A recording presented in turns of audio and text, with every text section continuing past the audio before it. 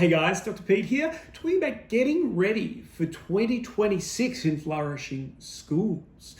This is a really important topic right now, but it's kind of unique this year, 2025. We've got some really difficult challenges that are emerging, and the truth is they're probably likely to remain really difficult into 2026. Those two challenges that we would see are around maintaining best quality leadership practices and also managing an increasingly distressed workforce. If we start with the challenge of maintaining quality leadership practices, there's this thing called the forgetting curve, and it's been around a long time, and you can wiki up the theory of it all, but what it's really saying in essence is when we do a standalone intervention or we do a program, unless we have sustainability strategies, it's just normal that we're not as good at it over time. We get a little loose around the edges, we do it our way, and before you know it, we've lost the benefits. And schools need to consider this quite seriously, particularly in that area of leadership development, because we've had lots of turnover in leadership roles. There's been a decrease in the amount of time and energy we have to even do leadership training. And the problem with the forgetting curve is as we ourselves are more stressed, the forgetting curve speeds up. In other words, we forget even more, even quicker.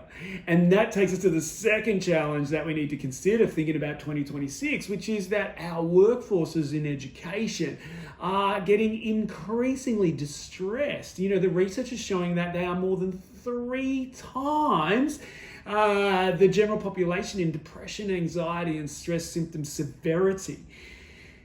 And that's really important because we now are in a situation where the forgetting curve's kicked in, the stress is kicking in, and general management theories and even some of those academic educational strategies we used to have, well then none of that's fit for purpose anymore. As schools stepping into 2026, we're in a unique position where we need workable solutions that match our context. And so for the flourishing schools, the HBT schools alumni, they've already got their systems working well. They've already got the bases covered. We have 3 things we'd like them to consider. Firstly, we'd recommend that with their SLT or school leadership team, they do once or twice a term an actual focused learning together session from our lead book. We call those insight to action sessions.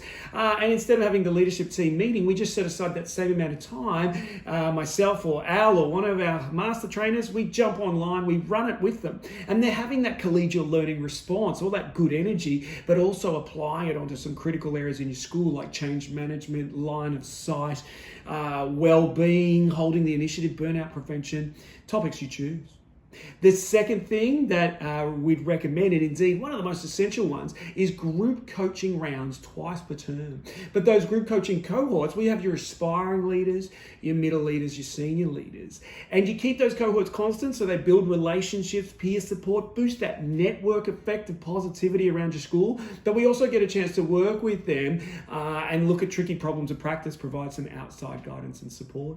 Look, the third and final one we want schools ready to take those next level steps is best practice training on team meeting strategies. And look, as Aristotle said, excellence is a habit. Okay, so we need to practice these skills. And yes, we also might need to address above and below the line, team pulse, all sorts of things need a little tighten up here and there. But the number one thing we'd encourage you to do is make sure your team leaders, your line managers, your teacher leaders, they're really good at sharing, moderating live notes, hot issues, workouts, and those recipe card protocols for moderation, reasonable adjustments, data discussions, case management.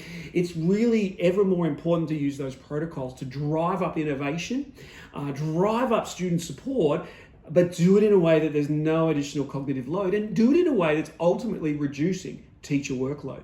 So there's 3 ideas to consider in the context of these constraints as we think about making sure that every staff member and every student is going to flourish in our schools in 2026.